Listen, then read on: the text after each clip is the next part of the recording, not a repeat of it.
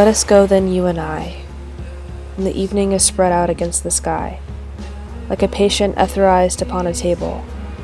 Let us go through half-deserted streets, the muttering retreats of restless nights in one-night cheap hotels, and sawdust restaurants with oyster shells.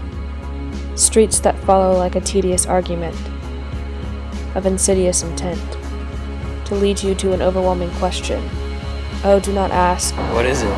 Let us go and make our visit. In the room the women come and go, talking of Michelangelo. The yellow fog that rubbed its back upon the window panes, the yellow smoke that rubbed its muzzle on the window panes, licked its tongue into the corners of the evening, lingered upon the pools that stand in drains, let fall upon its back the soot that falls from chimneys, slipped by the terrace, made a sudden leap, and seeing that it was a soft October night, curled once about the house and fell asleep. And indeed there will be time, for the yellow smoke that slides along the street, rubbing its back upon the window panes. There will be time, to prepare a face to meet the faces that you meet. There will be time to murder and create, and time for all the works and days of hands that lift and drop a question on your plate. Time for you and time for me, and time yet for 100 indecisions and for 100 visions and revisions before taking of a toast and tea. In the room the women come and go, talking of Michelangelo.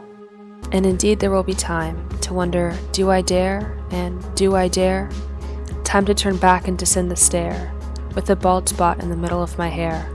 They will say, how his hair is growing thin. My morning coat, my collar mounted firmly to the chin. My necktie rich and modest, but asserted by a simple pin. They will say, but how his arms and legs are thin. Do I dare disturb the universe? In a minute there is time for decisions and revisions which a minute will reverse. For I have known them all already, known them all. Have known the evenings, mornings, afternoons. I have measured out my life with coffee spoons. I know the voices dying with a dying fall, beneath the music from a farther room. So how should I presume? And I have known the eyes already, known them all, the eyes that fix you in a formulated phrase. And when I am formulated, sprawling on a pen, when I am penned and wriggled on the wall, then how should I begin to spit out the butt ends of my days and ways? And how should I presume? And I have known the arms already, known them all, arms that are braceleted and white and bare, but in the lamplight downed with light brown hair. Is it perfume from a dress that makes me so digress? Arms that lie along a table or wrap about a shawl. And should I then presume? And how should I begin? Shall I say I have gone at dusk through narrow streets, and watched the smoke that rises from the pipes of lonely men in shirt sleeves leaning out of windows? I should have been a pair of ragged claws scuttling across the floors of silent seas. In the afternoon, the evening sleeps so peacefully, smoothed by long fingers, asleep, tired, or so it malingers. Stretched on the floor here beside you and me, should I, after tea and cakes and ices, have the strength to force this moment into its crisis? But though I have wept and fasted, wept and prayed, though I have seen my head, grown slightly bald, brought in upon a platter, I am no prophet, and here is no great matter. I have seen the moment of my greatness flicker, and I have seen the eternal footman hold my coat and snicker, and in short, I was afraid.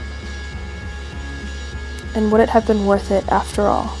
After the cups, the marmalade, the tea, among the porcelain, among some talk of you and me, would it have been worthwhile to have bitten off the matter with a smile, to have squeezed the universe into a ball, to roll it towards some overwhelming question, to say, I am Lazarus, come from the dead, come back to tell you all, I shall tell you all.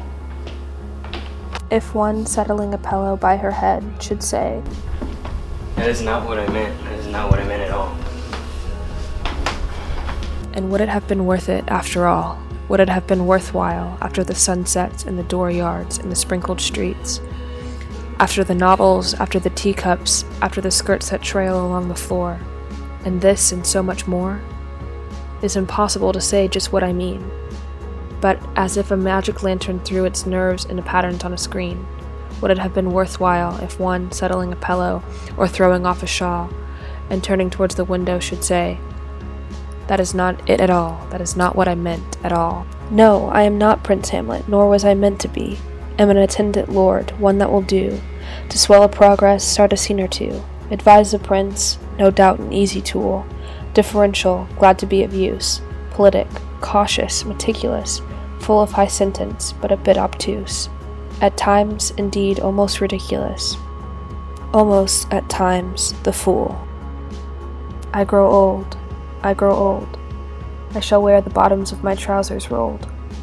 Shall I part my hair behind? Do I dare to eat a peach? I shall wear white flannel trousers and walk upon the beach. I have heard the mermaids singing, each to each.